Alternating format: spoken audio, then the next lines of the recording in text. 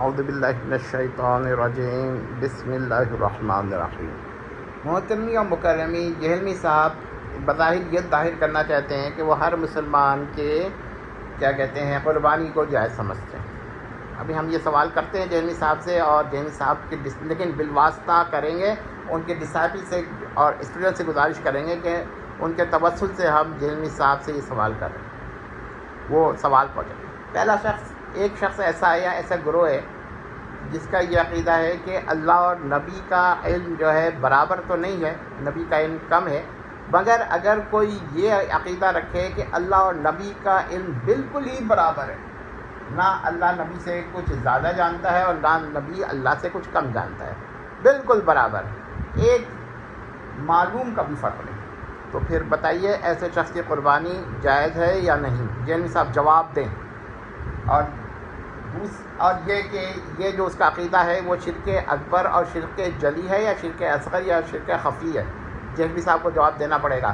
اور اس عقیدے کے مرد سے کیا جہلمی صاحب کے ماننے والے خاتون کا نکاح ہو سکتا ہے؟ اور کیا اس عقیدے رکھنے والی خاتون سے جہلمی صاحب کے کسی جہلمی صاحب کو ماننے والے کسی مرد کا نکاح ہو سکتا ہے؟ ذرا اس کا جواب دیں گے جہلمی صاحب۔ دوسرا سوال، ایک شخص کا عقیدہ ہے کہ الہام بھی ہوتا ہے اور کشف بھی ہوتا ہے، کیا جہلمی صاحب کے نزدیک اس کی قربانی جائز ہے؟ ایسے شخص کی وہ قربانی کرے گا تو جہلمی صاحب کھائیں گے؟ دوسری بات کہ اگر جہلمی صاحب کے ماننے والوں میں سے ان کے ڈسائپلس اور ان کے اسٹوڈنٹس میں سے کوئی خاتون جو ہیں ایسے شخص سے شادی کرنا چاہتی ہیں جس کا یہ کشف و الہام کا عقیدہ ہو، تو کیا نکاح ہوگا یا نہیں ہوگا؟ تیسری بات یہی کہ اگر کوئی جہلمی صاحب کا ڈسائپلس اور اسٹوڈنٹس میں سے کوئی مرد اس عقیدے کی خاتون سے نکاح کرنا چاہتا ہو تو اس کا نکاح ہوگا یا نہیں ہوگا؟ جہلمی صاحب جواب دیں گے؟ ایسے جہلمی صاحب خاموش نہیں بیٹھ سکتے۔ اب اس کے بعد میرا پھر یہ سوال ہے کہ ایک شخص کا عقیدہ ہے کہ حضرت موسیٰ علیہ السلام نے جو فرعونی مصری کا قتل کیا تھا وہ ترک اولیٰ نہیں تھا، وہ فعل جائز نہیں تھا، تو پھر مجھے بتائیے کہ کیا ایسے شخص سے جہلمی صاحب کے کسی مرد یا کسی عورت، اگر وہ شخص مرد ہے تو جہلمی صاحب کے ڈسائپلس میں سے کوئی عورت اس سے نکاح کر سکتی ہے یا نہیں؟ اور اگر کوئی وہ عورت ہے تو کیا جہلمی صاحب کے ڈسائپلس میں سے کوئی مرد اس سے نکاح کر سکتا ہے یا نہیں، یعنی نکاح جائز ہے یا نہیں؟ پھر آگے آتے ہیں، ٹھیک ہے جہلمی صاحب ایسے مثلاً اتنی آسانی سے نہیں چھوڑیں گے۔ ایک شخص کا عقیدہ ہے کہ تمام امت میں جو عصمت انبیاء کا تصور ہے وہ غلط ہے، اور وہ تو جہلمی صاحب کا تصور ہے وہ ٹھیک ہے، تو کیا ایسے شخص سے کوئی مسلمان نکاح کر سکتا ہے؟ یہ تو خیر ہم نے پوچھ لیا، لیکن ایک شخص کہتا ہے جہلمی تصور غلط ہے اور تمام امت کا تصور صحیح ہے، تو کیا جہلمی صاحب کے ماننے والے ایسے شخص سے اپنی خاتون کا نکاح کریں گے یا ایسی خاتون سے اپنے مرد کا نکاح جائز سمجھیں گے؟ ابھی میں آخر میں پھر ایک جواب دوں گا۔ اور کیا ایسے شخص یا خاتون کوئی قربانی کریں تو اس کا قربانی جائز ہوگی جہلمی صاحب کے نزدیک یا نہیں؟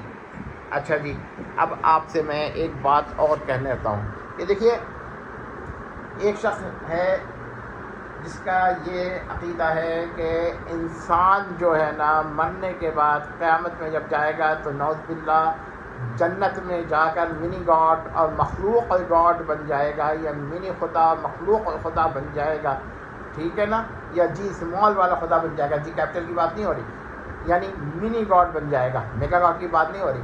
تو پھر میں یہ بات کہتا ہوں جہلمی صاحب سے کہ ہم بھی یہ کہتے ہیں کہ ایسے شخص جو جس کو ہلکا سا بھی یہ عقیدہ ہو، ہلکا سا بھی احتمال یہ رکھے، نہ اس سے کسی مسلمان کا، اگر وہ مرد ہے تو کسی مسلمان خاتون کا نکاح جائز ہے، نہ اگر وہ خاتون ہے تو کسی مسلمان مرد کا اسے نکاح جائز نہیں ہوگا، اور اس کی قربانی جائز نہیں ہوگی۔ وجہ میں بتا دیتا ہوں، اس سے اس غیر مشروط توبہ کا مطالبہ ہوگا۔ اللہ کے سوا کوئی خدا نہیں، اللہ کے سوا کوئی خدا نہیں، کسی قسم کا کوئی خدا نہیں، نہ منی خدا، نہ میگا خدا، نہ مخلوق خدا، نہ خالق خدا، اکیلا اللہ خدا ہے۔ اللہ کے سوا کوئی خالق خدا بھی نہیں، اللہ کے سوا کوئی مخلوق خدا بھی نہیں، اللہ کے سوا کوئی عطائی خدا بھی نہیں، اللہ کے سوا کوئی منی خدا بھی نہیں، اللہ کے سوا کوئی میگا خدا بھی نہیں۔ ٹھیک ہے، اللہ کے سوا کسی قسم کا کوئی خدا نہیں ہے۔ اب یہ ضروری نہیں ہے کہ جس قسم کے خداؤں کی نفی ہو رہی ہے خدا ان میں سے کسی قسم میں ہو، کیونکہ ہم کہتے ہیں اللہ کے سوا کوئی خدا نہیں تو نہ منی خدا بھی نہیں، جس کا یہ مطلب نہیں کہ خدا اللہ تعالیٰ نعوذ باللہ منی خدا ہو گیا۔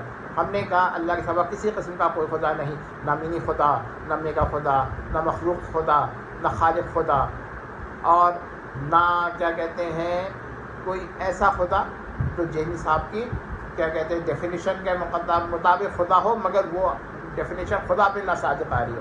تو یہ سمجھ لیجئے، تو ایسے شخص جو کہ ہلکا سا بھی شبہ رکھے، اعتماد رکھے کسی بھی منی خدا، میگا خدا، منی گاڈ، میگا گاڈ، مخلوق گاڈ کا، عطائی گاڈ کا، تو اس کے قربانی جائز نہیں۔